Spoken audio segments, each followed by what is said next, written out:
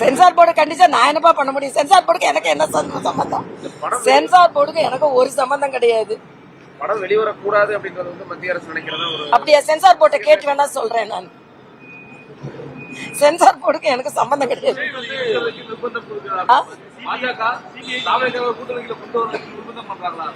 Sensor போர்டை வச்சா இந்த கேள்வியை நான் சென்சார் செய்கிறேன்.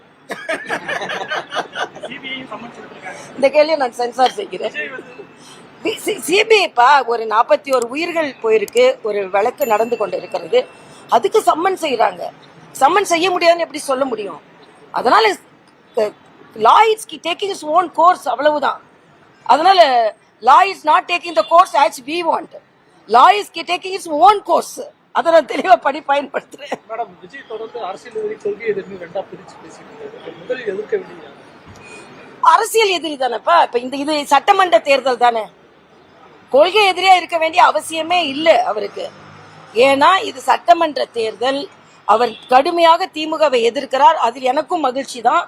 நிச்சயமாக அவரோட திமுக எதிர்ப்பை இன்னும் தீவிரப்படுத்தப்பட வேண்டும். நிச்சயமா அது எல்லோருக்கும் பலன் தர வேண்டும். அவர் ஒரு பக்கம் தீவிரமா எதிர்த்து தேசிய ஜனநாயக படி ஒரு பக்கம் தீவிரமா எதிர்த்தா உறுதியாக இருக்க வேண்டுமே தவிர உதிரியாக இருந்த கூடாது என்பது இல்ல. ஒரு அரசியல் பார்வையாளர்கள் எல்லோருக்குமே எதுக்கு நம்ம திமுகவை எதிர்க்கிறோம், அப்ப நம்ம பலமானாதானே அவங்கள வீழ்த்த முடியும் அப்படின்னு நினைக்கணும்.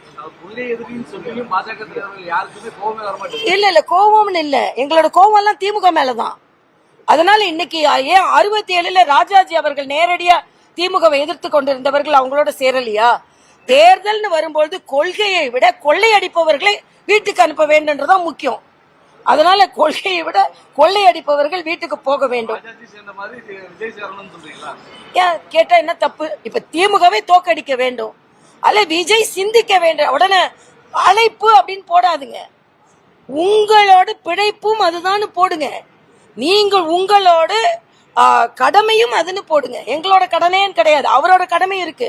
திமுகவை தோக்கடிக்க வேண்டிய கடமை இருக்கிறது என்றால் வியூகம் எப்படி வகுக்கப்பட வேண்டும் கட்டாயம் சொல்றேன். தனியா யார் உங்களுக்கு ஆலோசனை கொடுத்தாலும் தனியா நின்று திமுகவை வீழ்த்தி நீங்க முதலமைச்சரா வர்றது சிரமமான காரியம்.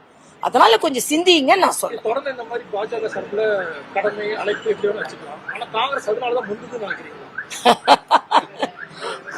காங்கிரஸ் முந்துதா பிந்துதான்னு எனக்கு தெரியாது. ஆனா இன்னைக்கு திராவிட முன்னேற்ற கழகத்தோட யாருக்கு இருக்க விருப்பம் இல்ல, காங்கிரஸ் உட்பட. அதனால அவங்க இன்னொரு கதவை திறந்து வைத்திருக்க. நான் இன்னொன்னு சொல்றேங்க, ஜோதிமணி பேசுறாரு, பிரவீன் சக்கரவர்த்தி பேசுறாரு, மாணிக் தாக்கூர் பேசுறாரு. ராகுல் காந்தியோட அனுமதி இல்லாம இவங்க எல்லாம் பேசுறாங்களா? ராகுல் காந்தி ஏதாவது ஒரு மறுப்பு கொடுத்தாரா? இல்லையா? அப்போ அங்கேயும் யாரு முந்துறது யாரு பிந்துறதுன்னு பிரச்சனை இருக்குன்றது நான் நினைக்கிறேன். தனித்தனியா பேசினாலும் கூட்டணி தொடர்பாக கட்சி தலைமை தான் முடிவெடுக்கும்ன்ற ஒற்றை கருத்துல எல்லாரும் ஏன் மத்தவங்களை பேசாங்கன்னு சொல்ல முடியாதா? சொல்லலாம்ல, சொல்லாம இருக்கிறாங்கல்ல, பார்க்கலாம். அங்க குழப்பம் இருக்கிறது என்பது எனது நிச்சயமாக. கை இப்படி இல்லை, இப்படி இருக்கு. அதனால பாத்துக்கலாம். தை பிறந்தால் வழி பிறக்கும் அப்படின்னு சொல்லி இந்த கூட்டணி தொடர்பாக எல்லா கட்சியினரும் எல்லா கூட்டணியுமே ஒரே கருத்து தான் சொல்லிட்டு இருக்காங்க. அதுக்கு அர்த்தம் தான் என்ன? உங்க கூட்டணியில யாரெல்லாம் அந்த தை பிறந்தால் அந்த வழியில இப்ப எங்களுக்கு தை பிறந்த உடனே ஒரு வழி பிறந்திருக்குதுல்ல, இன்னொரு கட்சி எங்களோட இணைந்திருக்குல்ல. ஆக தை பிறந்தால் வழி பிறக்கும், தை பிறந்தால் திமுகவின் வலி போகும். திமுக என்ற வலி தமிழகத்தில் இருந்து போகும், நாங்கள் வலிமை அடைவோம். ஆக எங்களுக்கு வலி.